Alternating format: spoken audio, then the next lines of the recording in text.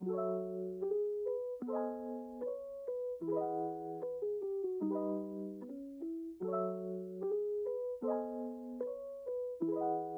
tout le monde, c'est Zeppeli. Alors aujourd'hui on se retrouve pour une review un peu particulière puisqu'on va faire un peu dans le rétro avec cette figurine de Kyoko Sakura, une figurine tirée de la série Puella Magi Madoka Magica, en japonais Mao Shoujo Madoka Magica. C'est une série en fait de 2011, réalisée par Akiyuki Shimbo et puis écrite par Gen Urobuchi. Donc Gen Urobuchi vous connaissez peut-être si vous avez regardé Psycho Pass par exemple, ou si vous êtes fan de, je sais pas, de Fate Zero.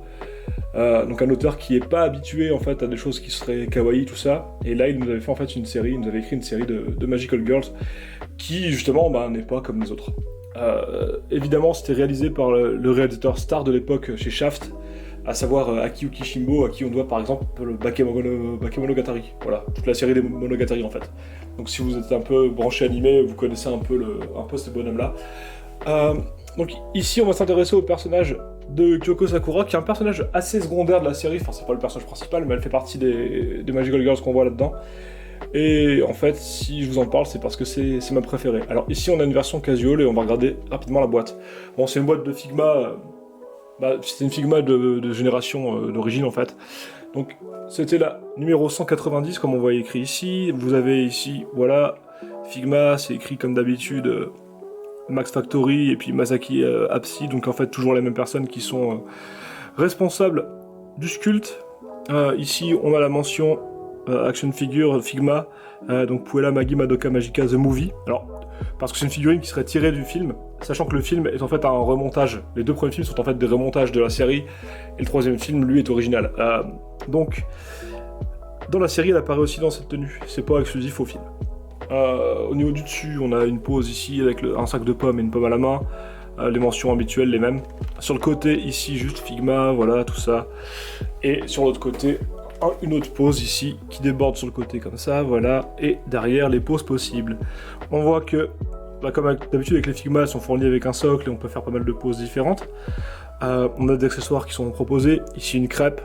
Ici, un sac de pommes avec une pomme qu'on peut mettre dans la main, même accessoire ici, et ici, une barre de chocolat qu'on voit effectivement dans la série, donc mention ici légale, Aniplex, des visages qui sont proposés, et des mentions en dessous, puis voilà, pas de grande nouveauté derrière, en dessous c'est pareil que dessus. Donc, alors au niveau du blister, on fait dans le simple et l'efficace avec Figma, hein.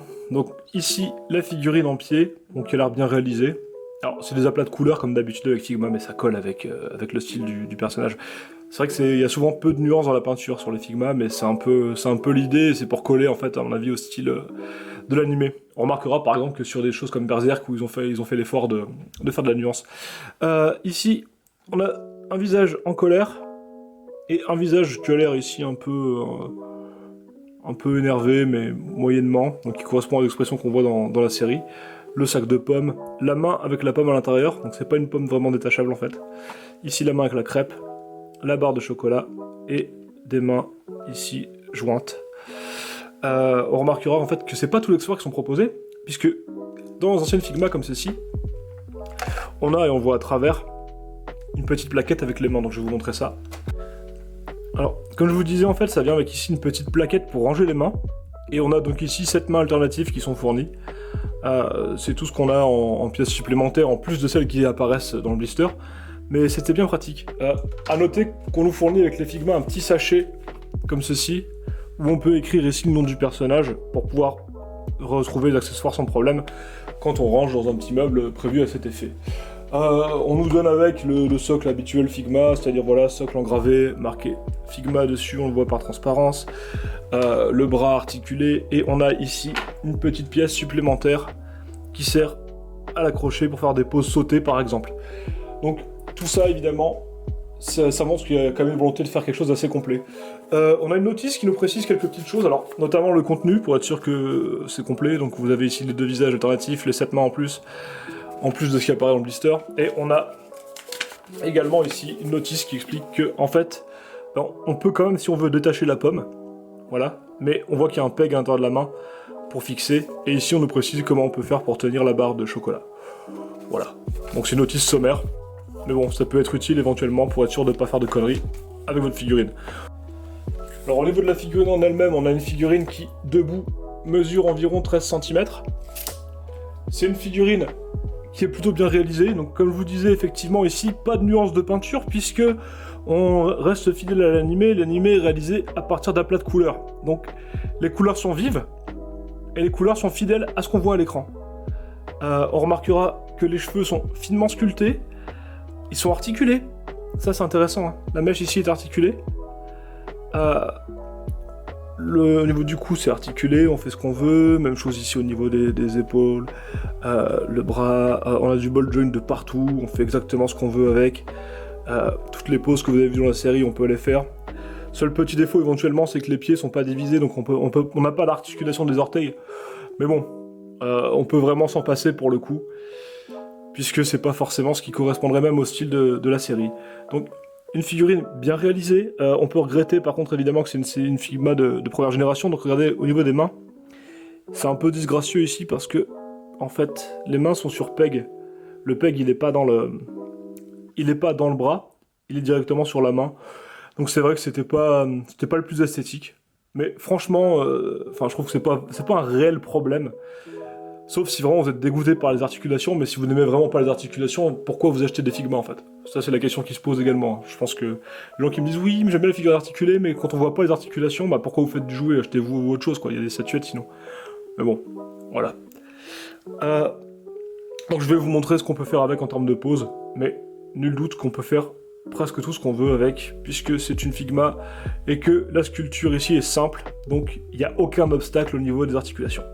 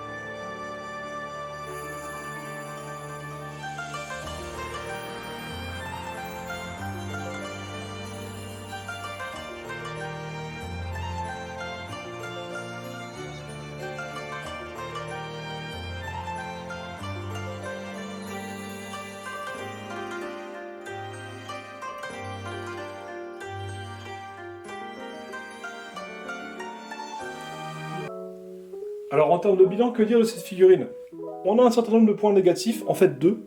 Le premier, c'est que les mains ont un peg à l'intérieur ici et pas dans le bras, donc ça montre que c'est une Figma d'ancienne génération, et ça peut être un peu disgracieux. C'est vrai que si vous voulez la mélanger par exemple avec des Figma plus récentes, qui seraient d'après 2016 par exemple, vous allez forcément voir la différence, et peut-être vous allez voir que ça si vous êtes un peu attentif aux détails. Ceci étant dit, l'autre problème, c'est qu'on manque un peu de visage. On a en fait 3 visages au total, et c'est vrai que sur les modèles plus récents, pareil, on a tendance à en avoir un peu plus. Bon, ce n'est pas non plus choquant, mais c'est vrai que ça peut être un petit problème. D'autant que je pense qu'ici c'est fait exprès, puisqu'en fait c'est une deuxième version, et la version principale du personnage, c'est sa version en costume de Magical Girl, où on a d'autres visages, donc c'est fait exprès, on l'a dit, pour vous partager les visages entre les différentes versions. Ce qui évidemment du coup peut être un peu moyen si vous voulez n'acheter qu'une version du personnage. Au niveau des points positifs par contre, on a beaucoup d'accessoires.